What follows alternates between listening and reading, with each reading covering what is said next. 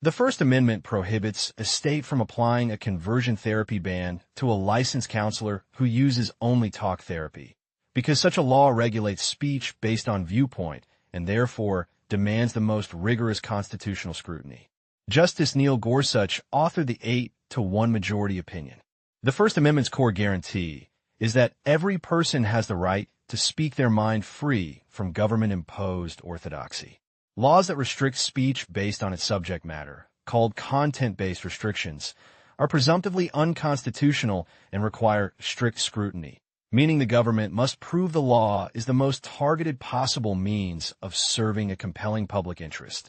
Viewpoint discrimination, when a law permits speech on one side of a debate while silencing the other, is an even more serious violation.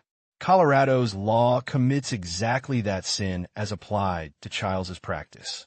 It expressly allows a therapist to offer clients acceptance and support for gender identity exploration or gender transition, but flatly forbids any therapeutic conversation aimed at reducing or changing a client's same-sex attractions, behaviors, or gender identity.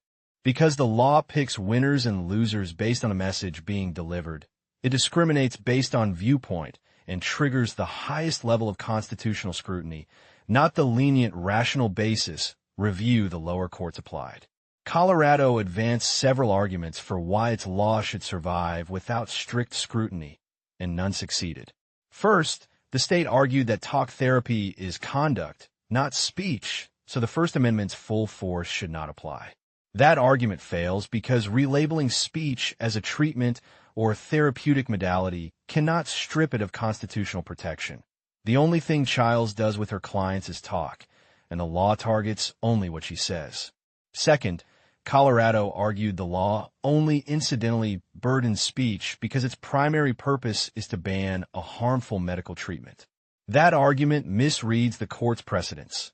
The speech incident to conduct doctrine protects laws that restrict speech tied to separately unlawful acts, or laws that restrict expressive conduct for reasons unrelated to content. This law does neither. The behaviors the law restricts are not independently illegal, and the law explicitly targets speech based on its content and viewpoint. Third, Colorado invoked historical traditions of medical licensing, informed consent laws, and malpractice liability as evidence of a long-recognized category of regulable professional speech. Those traditions fail at both the general and specific level. Licensing laws have historically governed who may practice a profession, not what viewpoints practitioners must hold. Informed consent laws compel disclosure of objective facts tied to a specific medical procedure, not suppression of a perspective, and malpractice requires proof of actual harm, which provides breathing room for protected speech, in a way this law does not. Justice Elena Kagan concurred, joined by Justice Sonia Sotomayor, agreeing that Colorado's law is plainly unconstitutional viewpoint discrimination, but writing separately to flag that the harder, unresolved question, whether a content-based but viewpoint-neutral law restricting therapeutic speech would survive First Amendment challenge, should be left for another day. Justice Ketanji Brown Jackson dissented, arguing that the majority misreads NIFLA v. Becerra, 2018, and ignores a centuries-long tradition of states regulating medical professionals' treatment-related conduct.